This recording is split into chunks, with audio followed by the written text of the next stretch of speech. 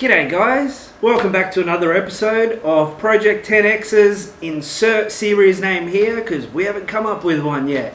Today we'll be talking about my Amazon long thesis, my investment thesis, and guess what? We have got a fun-packed day for you. We've actually got Jeff Bezos here, live, in person. Jeff, come introduce yourself. No, I'm joking. That's really good. A guy like you. You wish, I wish, we all wish. That would have been awesome.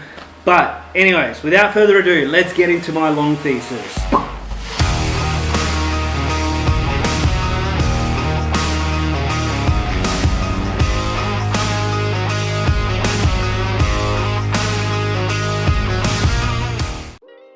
Macroeconomy is not looking great, right? NASDAQ is down, the S&P is down, you've had tech stocks take a massive tumble, right? You've got the Snapchat, you've got Netflix, you've got Facebook, they're all destroyed, right? They're down 70+%. You've got crypto down, you've got equity markets all round down, you've got bonds rallying a little bit, but the point is the macroeconomic conditions are not great.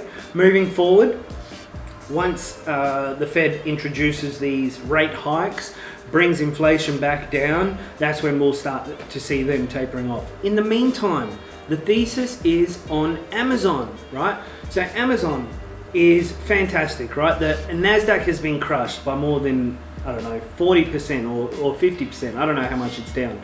But Amazon's growth thesis remains unchanged. Will you still be buying stuff on Amazon? Yes. Is that going to change? Not for me anyway. It's just so convenient to buy stuff on Amazon. So has the investment thesis changed? No. Has anything changed with Amazon? Are they a worse company than they were last year? No. So to me, that all shows signs that the market, the people, the irrational market are overreacting to Amazon, share price tumbling, and they're selling and they're capitulating. And once enough of that happens, the price bottoms, right? So right now we are approximately 2 standard deviations oversold on Amazon, which for me, even with the macroeconomic conditions on a long-term scale, is the perfect time to be entering a long Amazon trade. Remember, you also got to have an exit point. Define that exit point. You can't just define an entry. Define the exit point. But for me, the entry point is about this price. And we'll get into that in a minute. So without further ado, point 1. Okay, so the first chart that we have is the Amazon price chart on the monthly with the Bollinger Bands overlaid, right? So what do we see here? We see that Amazon has not wicked below the lower Bollinger Band on the monthly since the 2008 global financial crisis, right?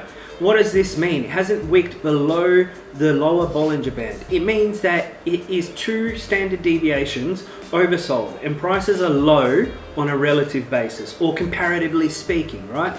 So, but Bollinger Bands are not intended to be used on their own, right? It's just giving me an indicator that, hey, Mr. Philip, prices seem to be a little oversold. People are dumping, people are capitulating. Is there anything wrong with Amazon? Is there a scandal that I don't know about? No. It's a scandal! No, there isn't. So back the truck up and let's get buying. Okay, but that's my first indicator. Now on to point 2. Similarly, it has not wicked below the MA50, so the 50-day moving average, and the EMA 50, the 50-day exponential moving average, since the GFC in 2008. What does this tell me?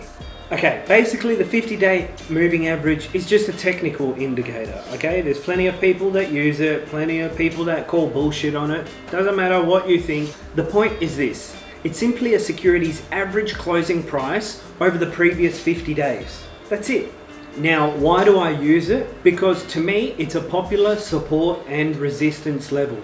If the last time it hit that 50-day moving average and was bought up, and that was 14 years ago, and since then we haven't seen it hit the 50-day moving average, what does that tell me? It tells me that it may be quite cheap, right? So now I've got the Bollinger Bands, 2 standard deviations oversold, telling me that perhaps this is a bit too oversold. Bing, bing. Then I've got the 50-day moving average, got the EMA 50 telling me, hey, yeah, we think it is oversold. So this is starting to build my thesis. Now, Amazon, as people might be aware, is an exponential growth stock, right? So welcome to the exponential age, as 𝗗𝗚𝗦𝗓 likes to say. This is an exponential growth stock. When everyone thought that Amazon was a bookstore, it was in the process of becoming a supply chain behemoth, right? So it's an exponential growth stock. I use the EMA 20 to determine the health of the price of Amazon on a relative basis, like a shorter term basis. So typically, as you can see, as an exponential growth stock, it trades above the EMA 20 for the majority of months in the last 14 years. Now this is a monthly chart, so in my personal opinion, it will trade above the EMA 20 again. Now, if we look at some of the worst sell-offs over the last 14 years, the GFC stands out astronomically, right? It was minus 65% from peak to trough. Do I think the price will reach $1,308 from peak to trough, right? 65%? I don't think so. But if it does, then I again will be backing the truck up. Am I worried if it does? No, just continue to buy. Don't ape in all at once, allocate a little bit each time, but be willing to back the truck up if it ever gets there. I don't think it will though. Some other notable times. So in 2016, we had like a 32% sell-off. In 2018, we had in the 30s and in the 25% sell-offs. And now in 2022, we've got like a 40% sell-off.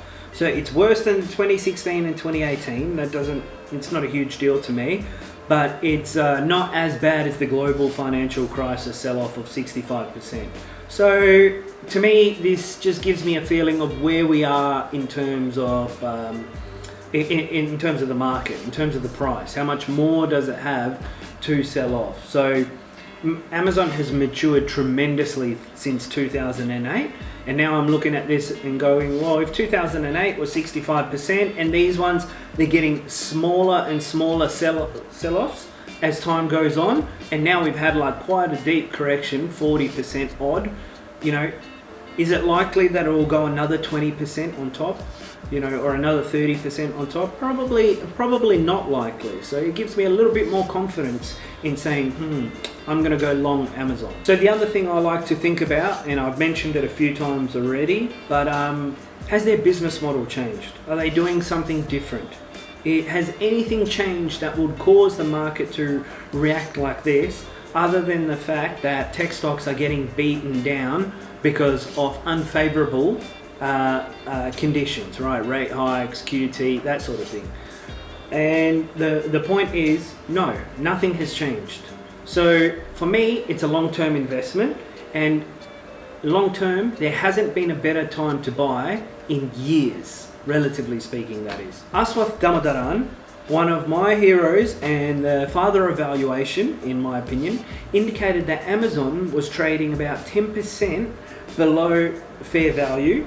That was when Amazon was $3,068, and the valuation that 𝗗𝗚𝗦𝗓 had put on them was $3,398.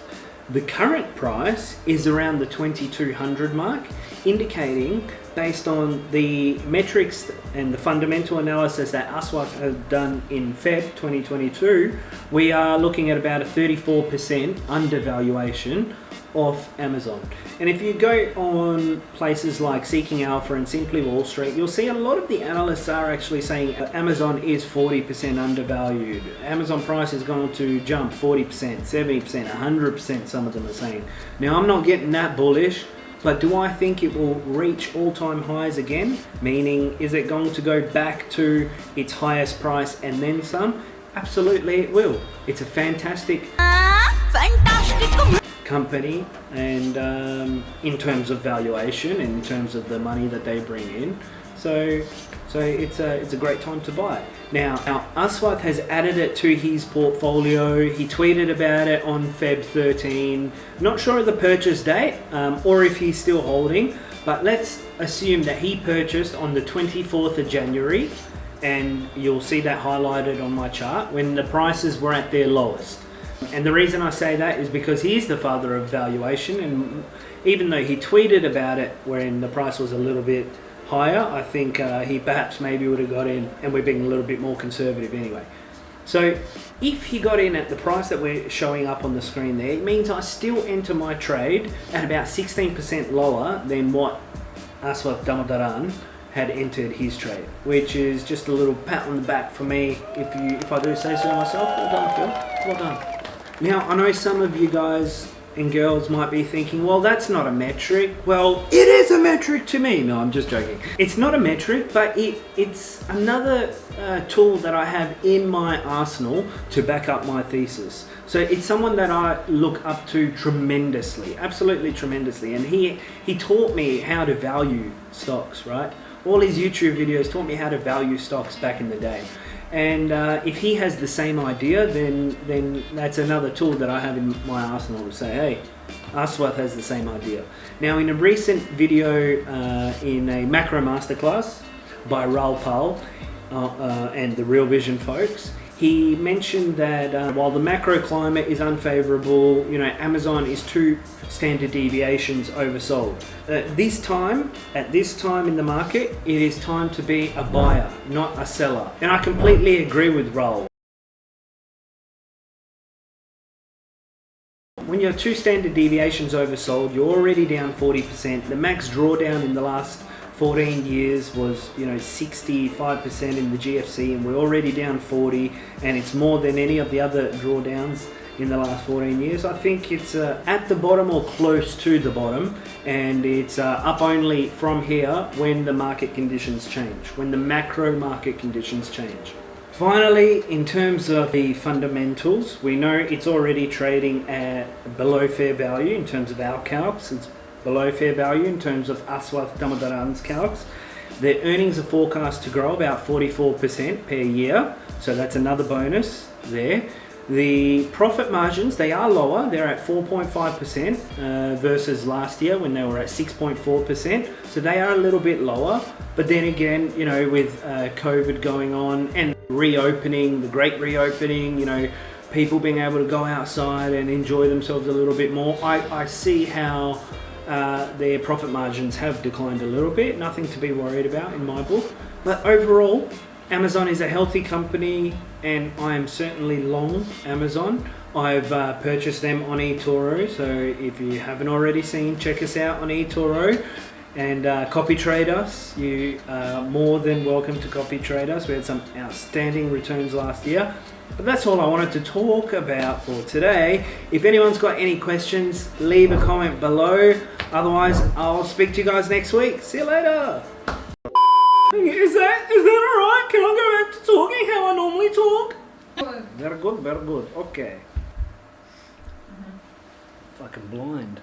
In my old age, I'm buying Amazon. And the Amazon.